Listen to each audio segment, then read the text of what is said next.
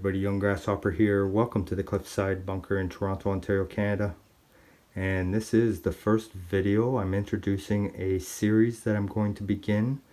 So it's pretty ambitious, but essentially I'm going to be doing a solo game, a run through of 3G40 Tournament Edition rules. So of course my tournament in Toronto 2022. Want to give everybody some good resource to prepare for that tournament, and just nation by nation, video by video. I can't tell you exactly how many rounds I'm going to put in. Obviously, ideally, I would love to put in 8 rounds. 8 rounds is the tournament maximum.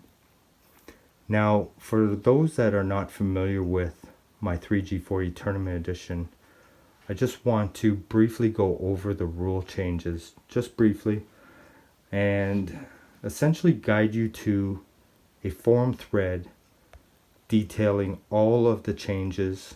You can go to the link in the description box. It'll guide you to axonalities.org, where I've detailed all the changes.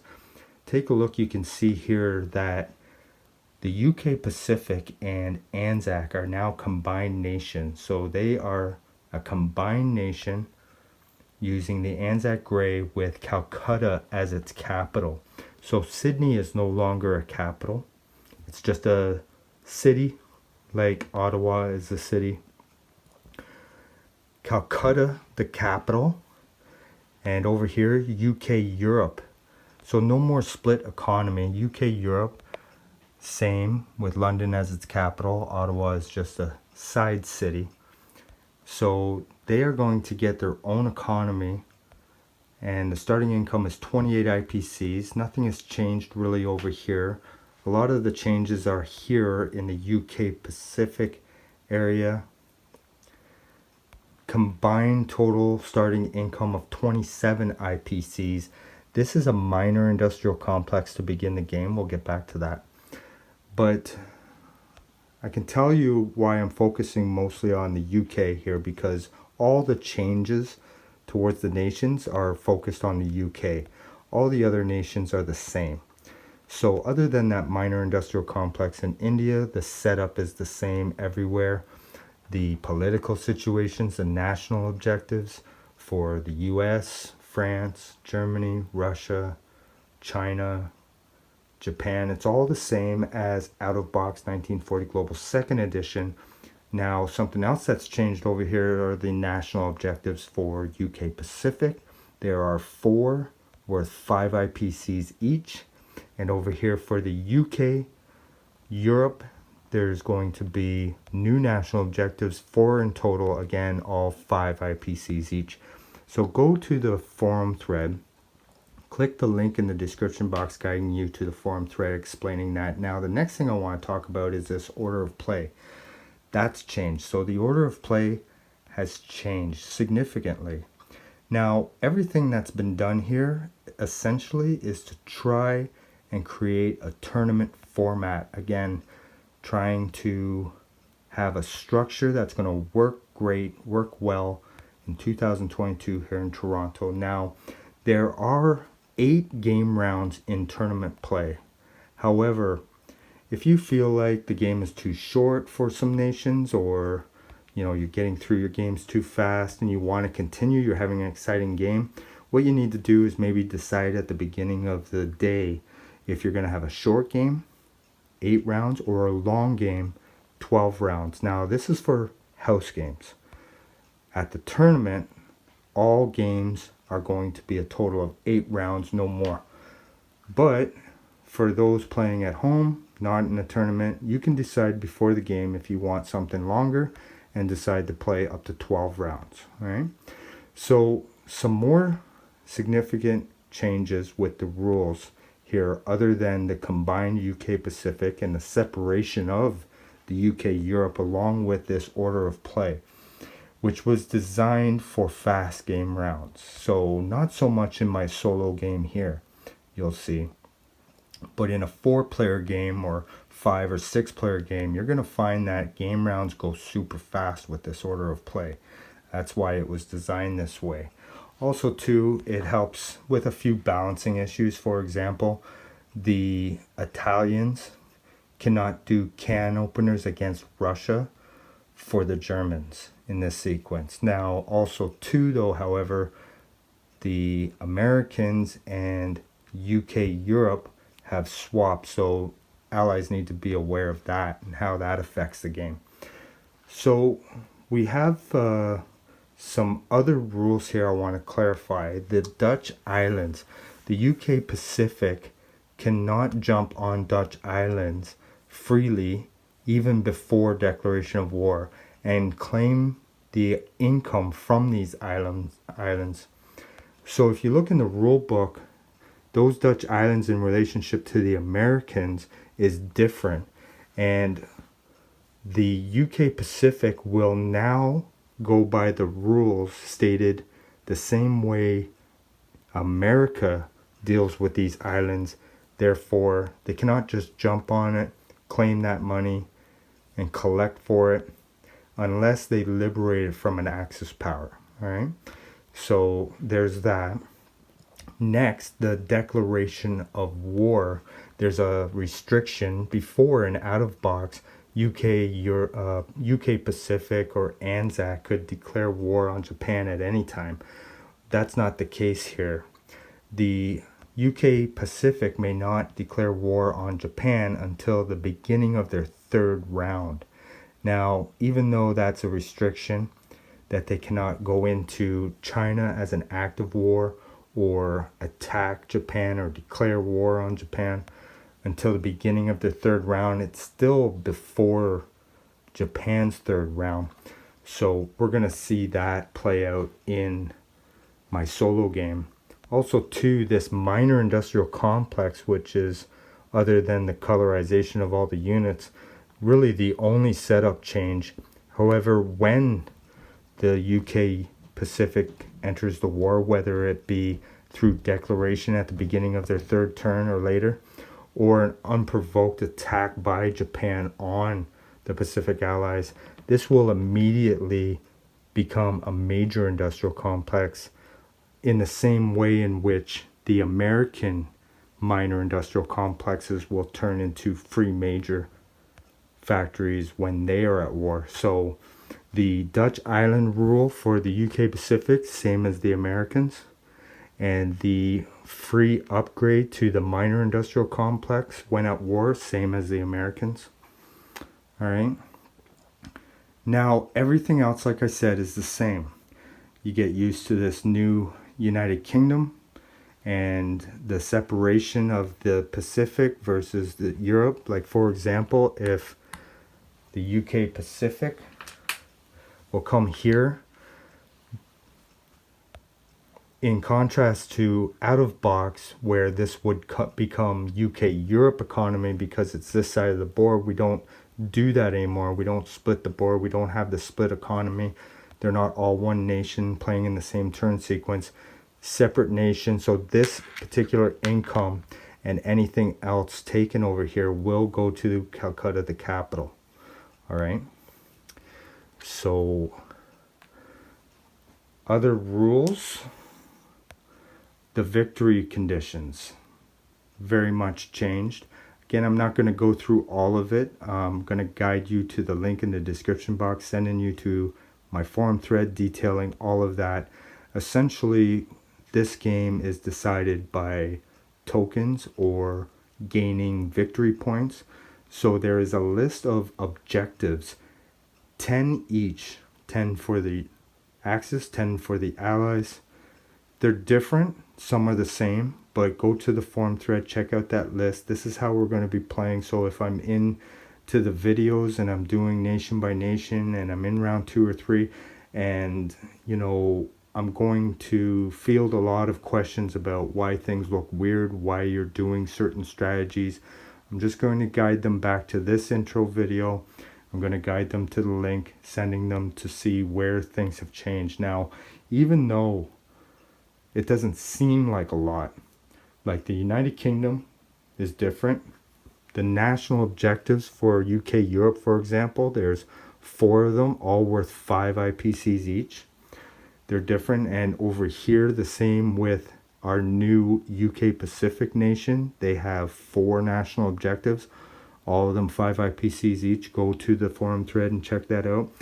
But when it comes to these victory tokens, it's going to dictate a lot of what's happening on the board, a lot of strategy, and I just encourage you to go there, look at the list, because when I'm talking about different tokens throughout the game, I'm just going to automatically assume that my audience knows what the list of objectives are, okay? So, 27 IPC combined here. They go second before Japan.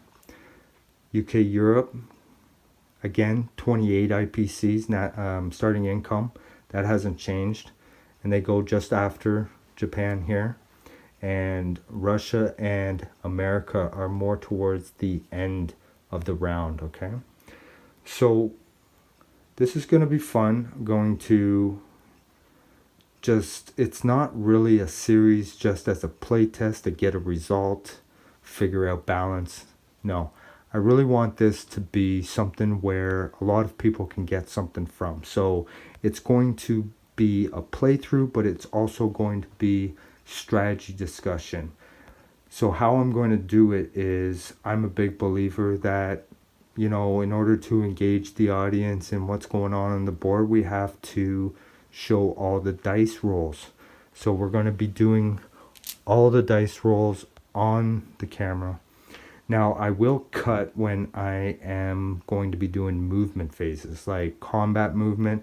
I'll do it all behind the camera, and then I'll cut in and show you what I moved. And then after I resolve the combat, I'll cut the video and I'll move all my non-combat movements, and I'll come back in and show you guys what I did. Now it's going to be, like I said, quite an ambitious project, but I think that it's important to get people up to speed, those that are coming to my tournament or those that are enjoying the tournament edition online and are interested in a different rule set. So it's also a chance for me to give a lot of input on how I feel about the mechanics and the victory conditions. I'm a big believer that this is a very fun way to play Axe Nally's 1940 Global 2nd Edition, and I'm willing to bet that it's an extremely efficient way to hold a tournament in this game, okay? Now, to help me is going to be a good friend of mine, Kintango. Kintango was responsible for coding Grasshopper's 3G40 Tournament Edition on AAA, and I consider him to be a great player. We met in 2013. He didn't have a lot of background or history with Axe Nally's, but he was introduced to the game and he enjoyed it a lot. He picked it up fast, and he's been learning and playing online for a long time. The reason why I'm collaborating with Kintango is that I don't want to just go through the motions of the way that I've been playing for years. I want to get better. I want to learn something. Kintango is somebody that plays a lot online, and he understands a lot of the scripts that great players are doing. And you're going to see me doing a lot of things in this video series that are uncomfortable to me, but I understand that it's what's happening with great players, and there's a reason behind it, and I'm going to learn along with you guys.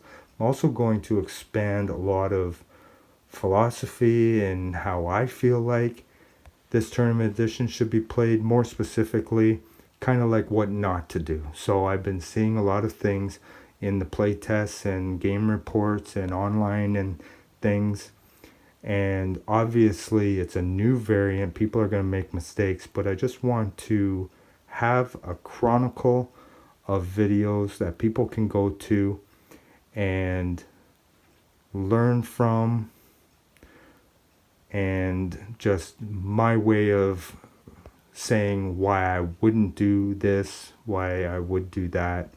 But also it's a great asset to have Kintango on board so that I can expel to you what he sees great players are doing. And Kintango is very smart, and he's going to be playing in the specialist division, which is the elite division in the tournament. And I have a lot of respect for the way that he plays the game. And it's going to be great to be able to not only learn from him, but to show you guys some of the things that other players are doing. Now, a lot of average players will probably say that this is going to be incredibly imbalanced in favor of the allies, but I can tell you that the great players still feel like it's tilting in the favor of the Axis. And really what we need to do as average players is really get better at executing Axis strategies, sacking capitals confidently, and preventing tokens. And as the allies, we're going to do what we can to see if the game allows us to do something about Moscow getting crushed, or the Sea Lion, or Calcutta crush. I mean, obviously, looking at it at first glance, wow, combined UK Pacific with all that national objective and that combined money to spend on Calcutta, and extra bonus money for the UK Europe. And there's a lot to be said what's good, pro and con, for both sides. But what I really want to get across is that it's time as a community for average players to now take all the info and resources from good players, apply it to our Axis play. All right, now I'm going to be learning something because I am not very confident with, say, for example, Germany. In out of box, you're getting into late rounds, you're getting the squeeze. And I can tell you that this variant is better for the allies than out of box. Therefore, if you're having trouble with Germany, it may be more so in this edition.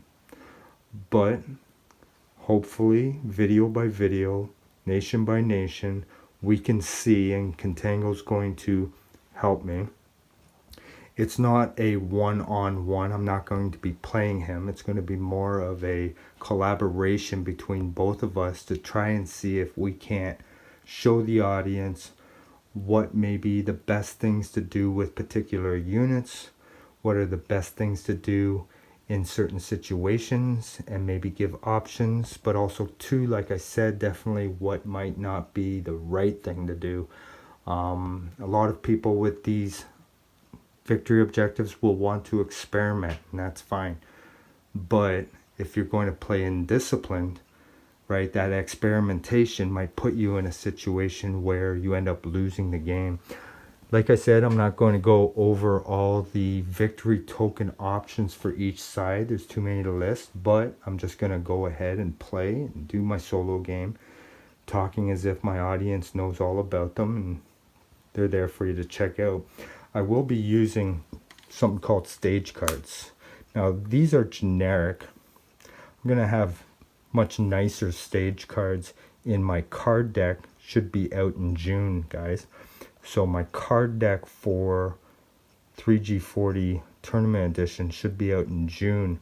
For this game, I'm going to be using stage cards. I'm going to show you how they work. Basically, we begin the round or the turn sequence in stage 1. And then once we flip over and go into stage 2, that's an indication to the table with the red border that we are done our combat movements and we are not going to move anymore. We're not going to change anything. We're not going to decide differently. Once we flip the card, that's us signaling to the table that all combat movement is done. And now they can strategize on whether they're going to scramble, whether they're going to use kamikaze tokens, whatnot. And then, of course, after we place our new units, we're going to go into stage 3. This is something that's going to be used at the tournament, all right? And then we get into things like collect income, resolve combat, convoy raids. Also, too, the new cards will say check for victory tokens, okay?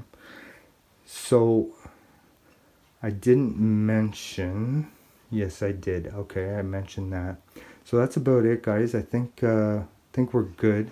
I mean, I wanted to show you what the card deck will look like in terms of victory tokens. Now, this is an old deck. I don't want to show them to you too specifically, just simply because the tokens have changed. But we're at a point now where I can start this game because we are 99.9% solid. Not going to say 100% until I ring the bell on the first day of the tournament. But 99.9%, we are done making changes, and it's time to now dig in to the rules and deal with the mechanics as they're set out and try to form strategies, try to win using this system, using this tournament structure. And I hope it's as much of a learning experience for you guys as it is for me. Again, I mean, it's not going to just simply be a bunch of movement, rolling dice, and moving on. I'm going to talk a lot. You guys know me. I like to hear the sound of my own voice. I'm going to talk a lot about what's going on, strategies, what I'm going for.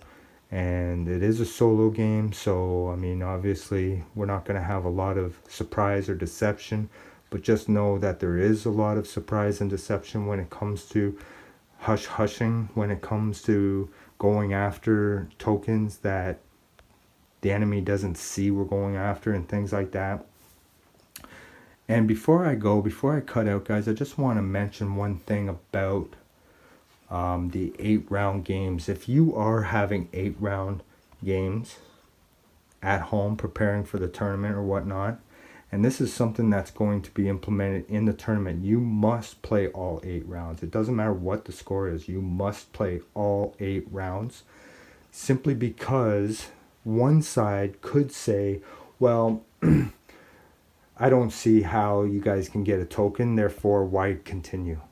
But you don't know if they are working on a token and it requires some deception, some surprise, and they're doing things sneaky to jump on a token on the last round. And round 7, if you say, well, why go on? I mean, it's not up to the other team to tell you why they need to keep going, because that'll just make you look around the board. Well, why do they want to keep going, right? And then maybe that'll spot it. So instead of just suggesting that you stop the game because you don't see any feasible way in which they could get another token, doesn't mean that they don't have one on their radar and they don't want to give it away, right? So play all 8 rounds, okay?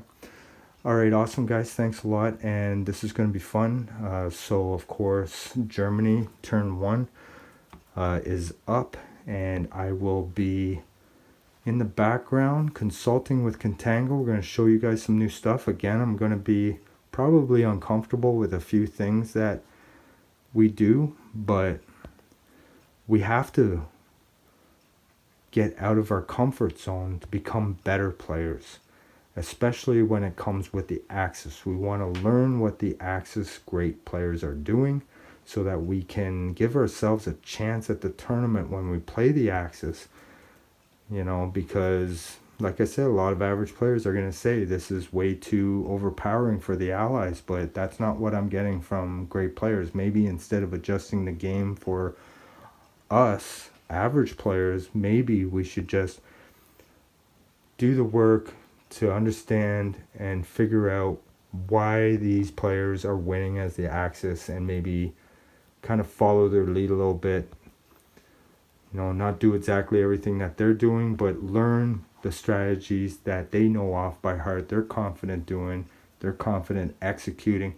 We need to get into that pocket so that we can be the ones saying that the game is fine, or, you know, I can still win as the Axis. I've been seeing a lot of games with an Axis win. So let's take this journey.